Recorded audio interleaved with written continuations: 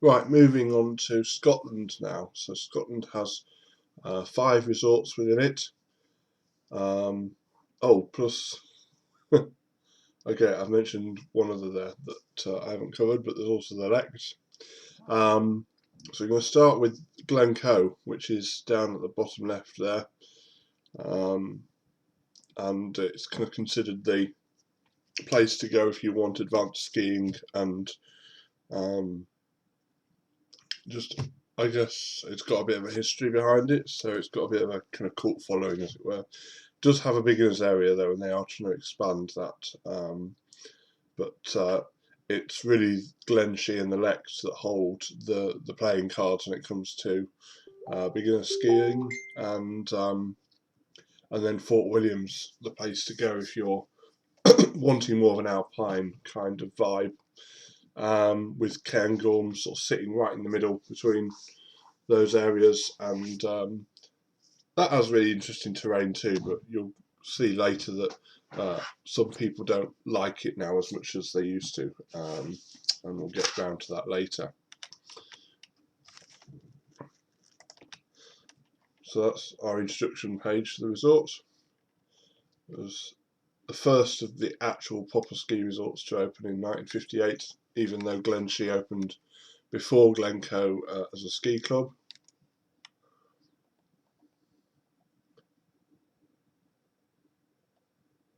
So I'm mentioning here, it has some amazing skiing when conditions allow, but unfortunately one of the problems it does have is an abundance of rocks above 900 metres, and it does require significant snowfall before the best of those ski runs can be exploited. On its northeast face, it's home to Scotland's steepest run, the Flypaper, with a gradient of 59%, and a lot of people always wanting to ski that.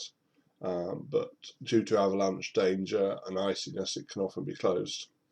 Spring run round the corner is also steep, but much more stable and more frequently open. And also then there's routes back down to the car park. There's a blue route, a red route, and a black route, and they're all, if you can ski them, it's good. And the manager, Andy Meldrum, really wants to try and put snowmaking trees and snow fences up those routes down up to the top of the access chairlift and down to the car park, because it would make better use of the access chair, which spins all day long and yet doesn't really see much traffic, so it would make sense to have people riding it. So I probably should have showed this first, but gives a bit of a better idea of layout. So it's kind of like a 3-stage lift system, as it were, with the access lift being at the bottom right of that map, and the summit being where number 25 is. So it's a chairlift, and then either a Poma or a chairlift, followed by either a chairlift or a T-bar, followed by a T-bar or a button lift to get to the summit. And that's the piece map. You can see the red and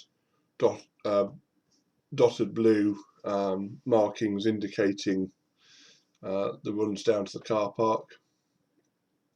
And the blue one is actually on an access road that was put in about 4 years ago or so now, and they put that in really to get the snow factory up, and now we're putting in the new chairlift and for future use. Before that, everything was either helicoptered up or went up on tracked vehicles, which wasn't very efficient. And so that track now acts as a ski run during the winter.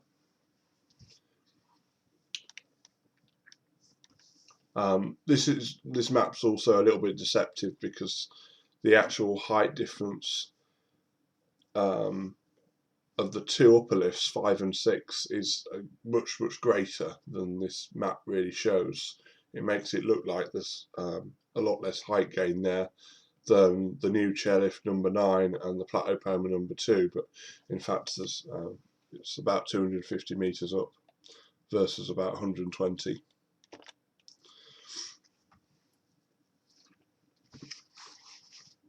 So I'm going to show you some photos here of minimum, good and too much snow, and talk a bit at the same time. So Glencoe is the mountain I ski at most frequently in Scotland, and I'm best connected with since the managing director is a good friend of mine, and this seems like a good place to start when it comes to the ski areas in Scotland. Glencoe has many lifts and is actively replacing rather than refurbishing them. This is due to the lifts being non-standard and thus hard to find parts for, so it's just not worth refurbing them. This is in sharp contrast to the lifts in England, which are not getting replaced, as this seems too costly and logistically challenging, and are also, with the exception of the one at Rays, pretty standard. Also, we actually really quite enjoy renovating lifts in our clubs and taking good care of them. I guess it's a labour of love. Glencoe's replacement programme essentially began in 1991, 30 odd years after the place started, with the removal of a long, slow single chairlift from 1961, which spanned from just above the car park at 370 metres to 600 metres altitude, which is shorter than the current one. The new chairlift by Doppelmayr was installed to replace this ageing lift, which acts as an access lift for mountain bikers, skiers and walkers. New photos. During the winter, it might serve skiers lapping if there's snow down to the car park, which might be 25 to 40 days of the winter season, but for most of the time it's just used to access the lifts and peaceful up the mountain. The new lift was built with a diesel drive and then upgraded to electric in 2015. It is also longer than the original lift, starting 100 metres further down the hill and 345 metres altitude, and rising up to 680 metres altitude and further along the hill by another 270 metres. It has a carrying capacity of 1,020 people per hour and runs at 2 metres per second, sometimes a little faster, and a capacity of up to 1,440 people per hour at its fastest speed. It's a double chairlift, I did mention that, and it's up for consideration to install a mid-low station at 520 metres altitude or halfway up the lift to allow the lift to be used more during the winter season and to reduce queuing elsewhere on the mountain, and that would also potentially open up the possibility for a zip line. More photos.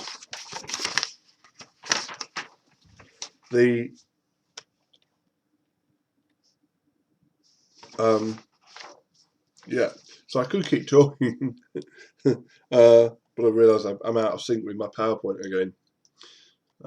So I'll just continue flicking through these photos. Glencoe is notorious for getting buried in. Notable years were 1963, 1994, which was ridiculous. They had way too much snow that year. 2008, 2010, 2013, 2014, and then it hasn't been ridiculously deep since then. But this year, just the year we can't go skiing in England, the snow has come once again, and it's very deep. These ones here actually show the cliffhanger chair, which I'll get onto in a minute, and it's the way that it sort of often seems to get buried, which is just, how. And so clearly it needs some higher pylons. And here's some of the work of piecing machines clearing stuff out and creating trenches through the snow. And a digger, that's from 1994 when they were digging out the top lifts, and it was June before they were able to run them. It's insane. That's the Wall T-bar return station, and there's a hole at the back there, that's for the lift hut.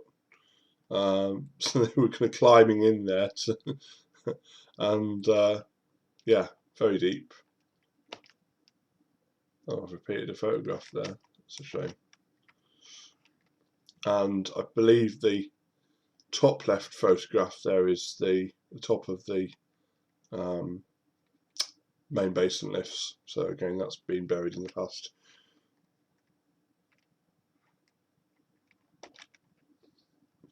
During the summer, it's been quite popular for people to go summer skiing there. They actually even open up the lifts on like the middle of June to give people access to that snow patches that tend to exist high up on the mountain. And there's a few more here of too much snow. I'm really glad that people took photographs of these, because only a few of them are mine.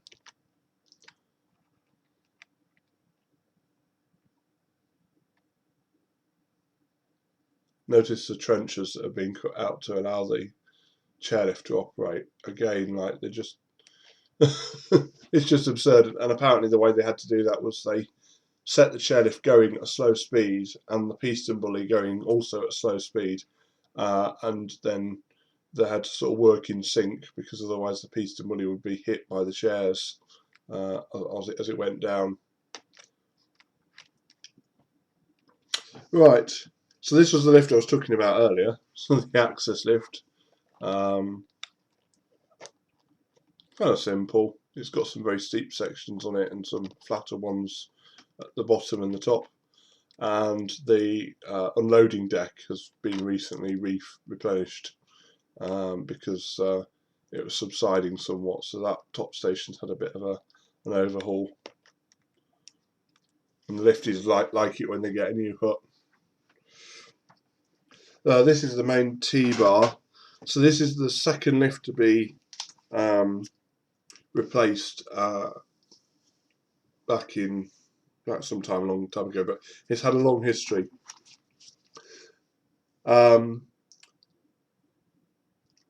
So the return station on this lift is Von Roll and original to the previous system, but a lot of, and I think some of the towers are as well, but then a lot more of it's brand new Doppelmayr equipment that was put in. There's been a lift in this location since 1950, when a homemade T-bar with no standard parts and had pylons made from steel scaffold poles were arranged in a tripod formation with the cable passing underneath. This lift only lasted a few seasons though, due to problems with wind, deep snow and mechanical issues. A second generation lift came into use in the winter of 1952, a prototype Poma Glaski lift, which was also a T-bar and did not follow the normal form factor of modern lifts. The foundation of this lift still remains today, with the preceding lifts all starting ever so slightly higher up the mountain.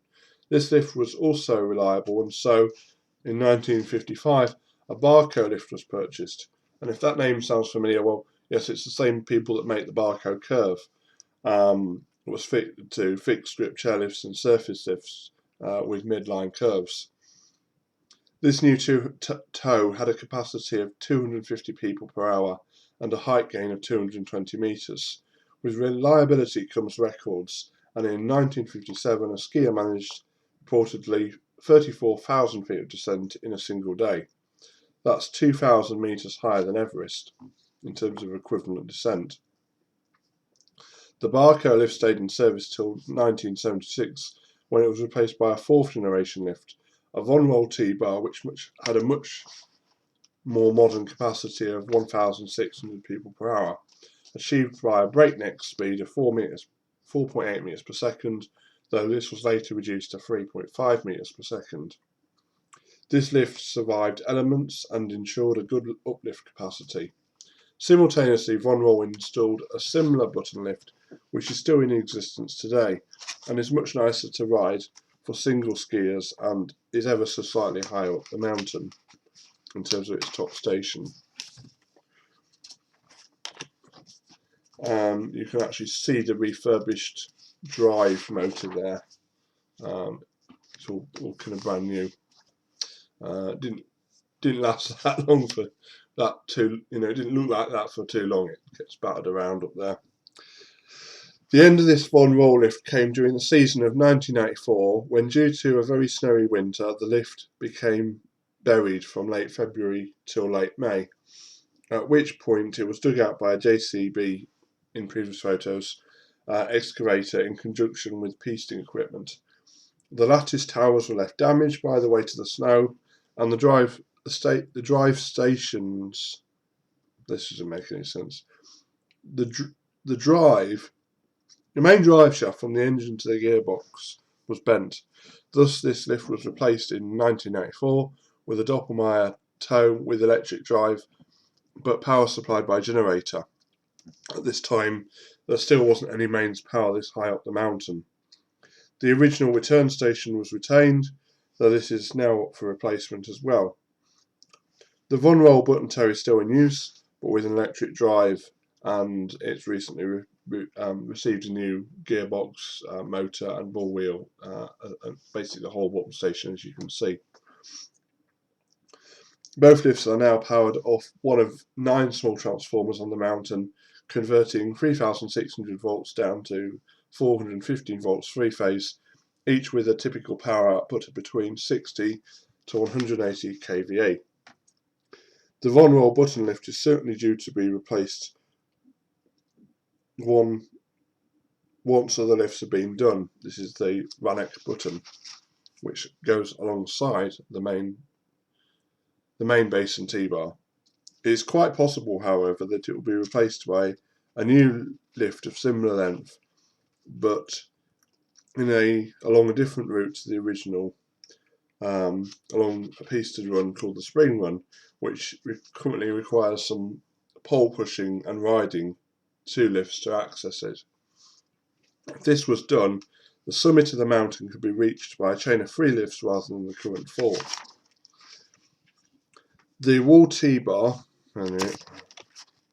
this one here, is the second mid-mountain lift on the mountain. It hasn't got quite the same history as the lifts, being a pretty standard Doppelmayr with goalpost pylons from 1972. It did, however, have a predecessor, which was also a T-bar built by Barco in 1961, but little other information is known about this lift. Now, it could be presumed to be destroyed by an avalanche, as the newer lift is in a slightly different location away from an area of steep ground known as the wall crossover. It was upgraded in the early 2000s, still on this one, and expected to be replaced by a modern Doppelmayr on the same alignment, but with a higher mountain station around 50 metres higher up than at present by 2028, because currently the top station of both this lift and the next lift, the Cliffhanger, are not very practical. The Cliffhanger chairlift is Glencoe's signature lift with a similar appreciation to the single chair at Mad River Glen in the USA. At one point it was one of 4 single chairs in Scotland built by GMD Muller, but also with ropes supplied by British Wire and Steel and pylons constructed locally. It was built in 1968 and has seen little changes since its building, with no footrests, a single metal safety bar for those that want to put in front of you, painted yellow, wooden slats for seats and faded yellow metal painted frames, and a buzzing drive station enclosed in a really beaten up building, with the roof of which keeps blowing off. Around the late 1980s, the return station was replaced by a second-hand structure from Doppelmayr. Where that came from exactly isn't known, and in the late 90s, the diesel engine replaced with electric motor. This lift is due for urgent replacement or complete overhaul, being 53 years old, and the resort has a tricky decision on their hands, considering the local historical significance of the lift and how much skiers kind of like to ride it in a weird sort of way. So there's various thoughts there of what to do with it, and again, it's one of the problems is that the return station isn't high enough up the mountain. I have myself considered what they should do with it, and so has various other people on the internet, and so based on that I can conclude that there are sort of 3 potential options out there. Option 1 is removal of the existing lift, restoration of all the parts, a new drive building at the same location, like demolish the old one and completely rebuild it. But with 18 additional chairs on top of the existing 57. Originally it had 60, but many have been damaged over the years. And then on top of this, the lift would be extended and a new offloading station built around 40 metres higher up the hill, allowing for better connection with other lifts and pistes. So essentially, take it down, refurb it, rebuild it, extend it, and then put it back up. Option 2 is a brand new Doppelmayr 2-person chair with loading carpet, fully installed inside of a building at the top and bottom to protect the mechanics, along with a new proposed alignment that would take it to around the top of the wall T-bar, again higher up and in a slightly different position to the current system. Then 4 to 8 of the old chairs would be saved and restored and hung from a frame to form swing chairs outside the Mountain Cafe. So there'd be a sort of certain amount of preservation. There's also been thoughts, well, what if you could put in a double chairlift with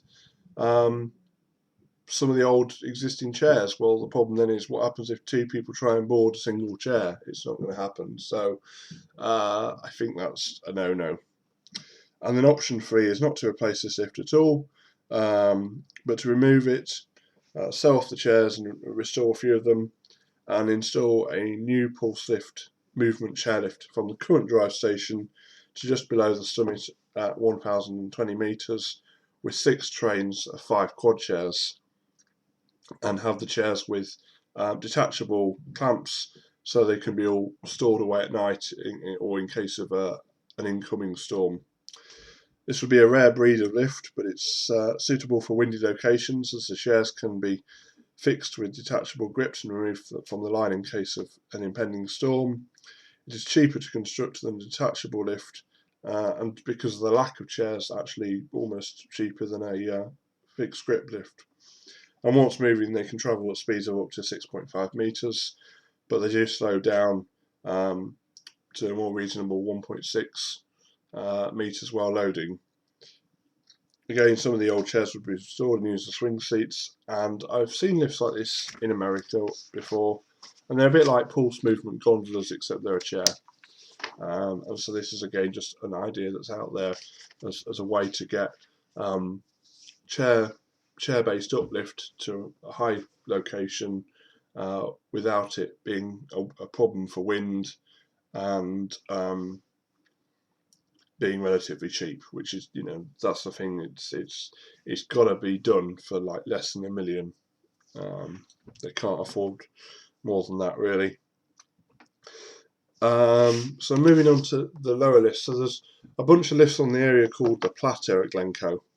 The area is it's a plateau land that's sandwiched in between the initial steep gradient between the car park and the top of the access chairlift and the mid-mountain where the cliffhanger chairlift and wall T-bar reside. This area is located between 650 metres to 770 metres at the top of the Plateau Poma. The area is dedicated to beginner skiers with very easy green runs and to moderately easy blue runs. A sledging park and a cafe are also located here, along with the resort's Techno-Alpine Snow Factory, which ensures that a minimum of 1 lift can run here from December to April, and that there is good snow cover the rest of the time, so it's patching up. On the plateau is located a 1988 detachable Poma, the only one in the resort, and a bit of a bizarre choice from a maintenance perspective, as it always seems beneficial for a resort to stick with 1 or 2 types of lifts, and as such it's expected this lift will be replaced by a Doppelmayr, and that the Poma will be sold as spares to another Scottish resort who might be able to use it better. It is a good lift, but it does detach quite frequently on pylon 3 on the downloading side for some reason. The other surface lift here is a 2015 Doppelmayr button lift known as the Corrie Pollock. It's quite short at around 480 metres and has a strip of artificial snowflakes under the lift, so it can be used in conjunction with the snow from the snow factory early and late season, i.e. it's got an artificial snow slope below it. It runs at 2.3 3 meters per second and has a nice compact drive and combined tension station. The most recent lift on the mountain is a 3-person, well, there's the building of it. Right. Most recent lift on the mountain is a 3-person fixed grip chairlift, also Doppelmayr. It's second hand from Meyerhofen in Austria, but only being 17 years old, it is in good shape. The pylons, safety rails and work platforms and main structures have all been re-galvanised prior to being transported to Glencoe and painted, and then moved up the mountain. The chairlift has 142 chairs along its 890 metre length, thus giving it a fairly tight chair spacing of 12.5 metres. Together with a loading carpet, it can deliver 1,830 people per hour, making it the biggest workhorse on the mountain, but sadly not serving any red runs or advanced terrain. Many have suggested it can continue further up the mountain, but the wind speeds around the spring run can be much higher than around the main basin, and thus it's unsuitable to install a fixed grip chair here that high, and too expensive for a detachable, which still might not be able to run in the high winds. The plateau has an 80 metre long practice tow, which can be used for ski schools and first timers, and many years ago during the 1970s and 80s was home to a rather, well, there's a snow factory, rather odd contraption. Some might call it a lift, but it was a goods lift installed to move diesel and food supplies across the plateau from the chairlift. By 1990 it had become redundant as quad bikes in the summer and piston buddies in the winter made more sense as a logistical option to move supplies across the mountain. The lift could have possibly been converted to a small platter lift, but it was seen as a nuisance to convert it, and this was sold for scrap metal. And we'll see a picture of that in a minute. Yet again, I'm really sorry about this, because I put all these notes together and they don't seem to line up with the PowerPoint very well. Anyway, so here's some old photos. In this photo you can see the original T-bar that was constructed up the mountain. An old snow cap. And then the second generation Poma lift that was put in at the top. And then there's a photo there of the cliffhanger. And then the very bottom right is the original access chairlift, which had lattice towers and was quite similar really to the Tiger chair or Cairnmore chair at Glencoe that you'll see later. There's a few things like that in Scotland where there's similar looking lifts, where one area is copied that of the other. So the plateau lift is shown there in the bottom left, and it was never considered to be turned into a ski lift. Bit odd really. And the goods got the lift up and the skiers had to walk. Here's some more photos when they were installing the new chairlift, and then also some old ones showing the plateau and the way it had some extra buildings that aren't there anymore. These old photographs with their weird colours, they kind of look very strange now looking at them. I've got a video.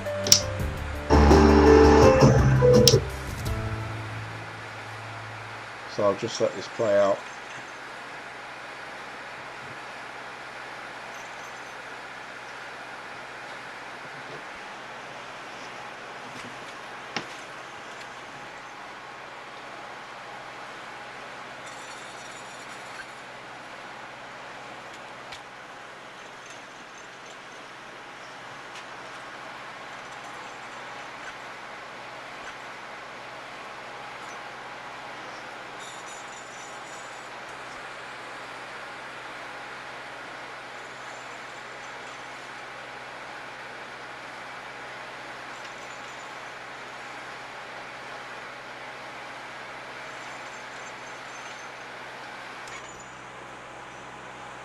Notice those prices there. The time we recorded, it's like £6 to ski for the whole day, or $8, I guess.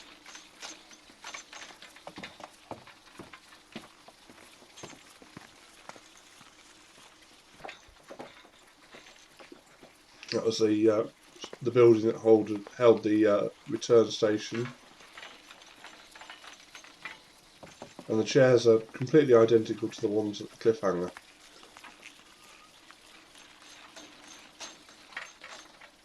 And of course, notice that people were having to hold on to their skis. It was a non-ski off operation there, and this station is quite a bit lower than the current one. So the current station's a good 50 metres higher up the mountain.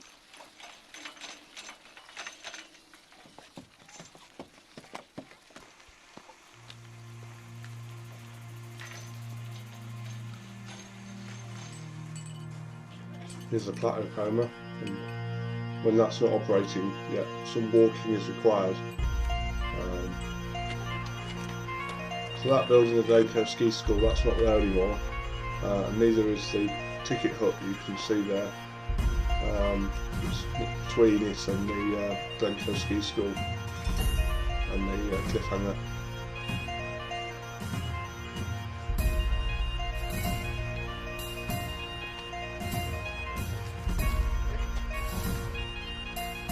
They have all those buildings down at the base now. Don't know quite why they ever put them up there, it didn't really make any sense. And there you can see the goods lift or the frame of it.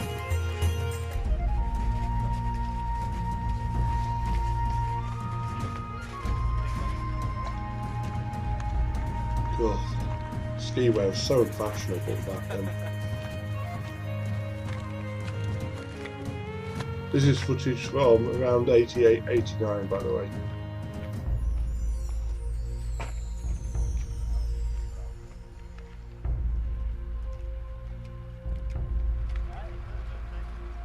But we think there's some other footage in here that's a bit later. It's all a bit mixed up. That's the Plateau Cafe in the background there.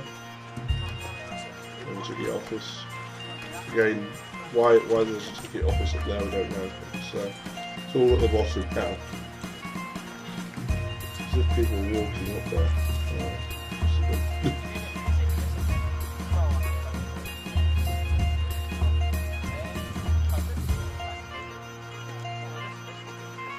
It's quite interesting. There's absolutely nothing left of these buildings anymore.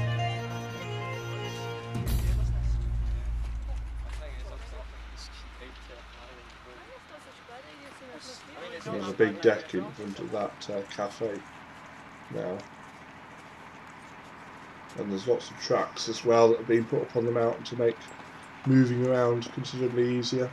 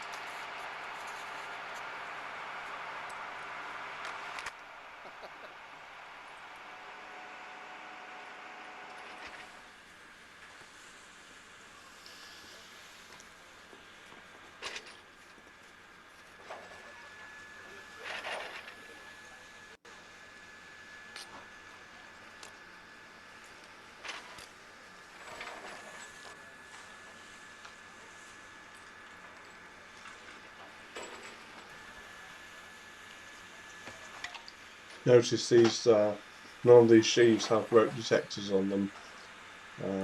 Some of them have rope catchers or cable catchers, but no rope detection system. Very old school.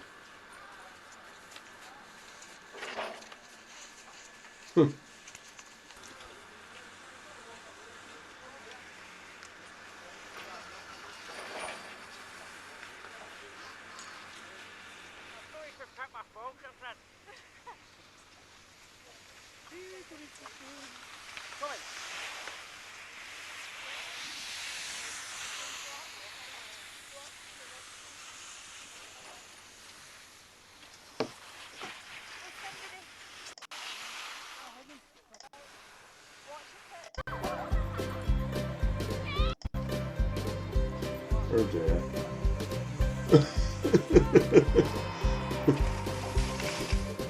There's a lot more accidents on skis back in those days. They just weren't as good as what we've got now, and I think it was groomed as well. And Glencoe really only grooms like half of its runs. It prefers to let nature take its course on a lot of them. Whereas there's places like Glencoe and the Lex, Cairngorm, they prefer to pretty much groom all of it. Let's see if there's any more. Well, that's the wall T-bar. People riding up that.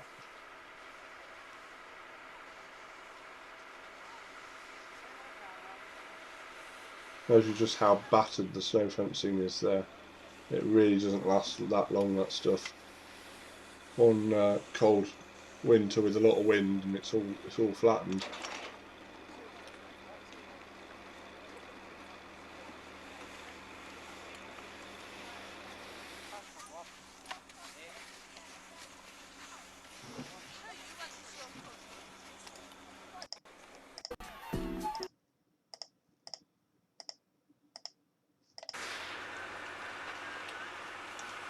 Themselves.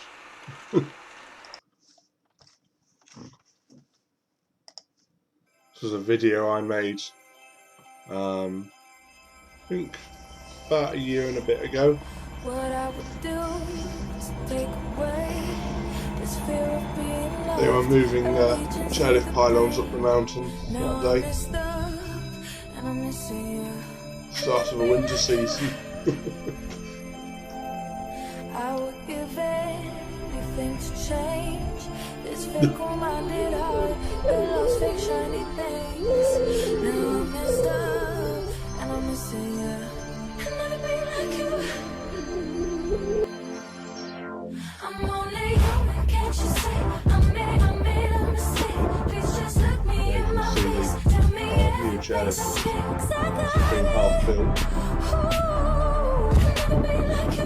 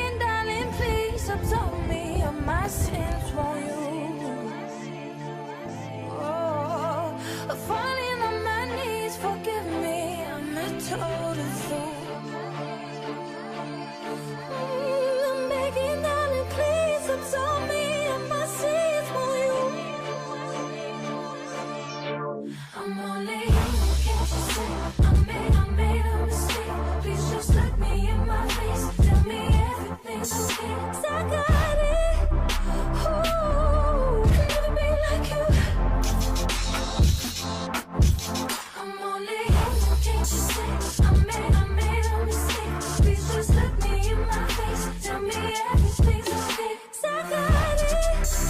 Ooh, can never be like you.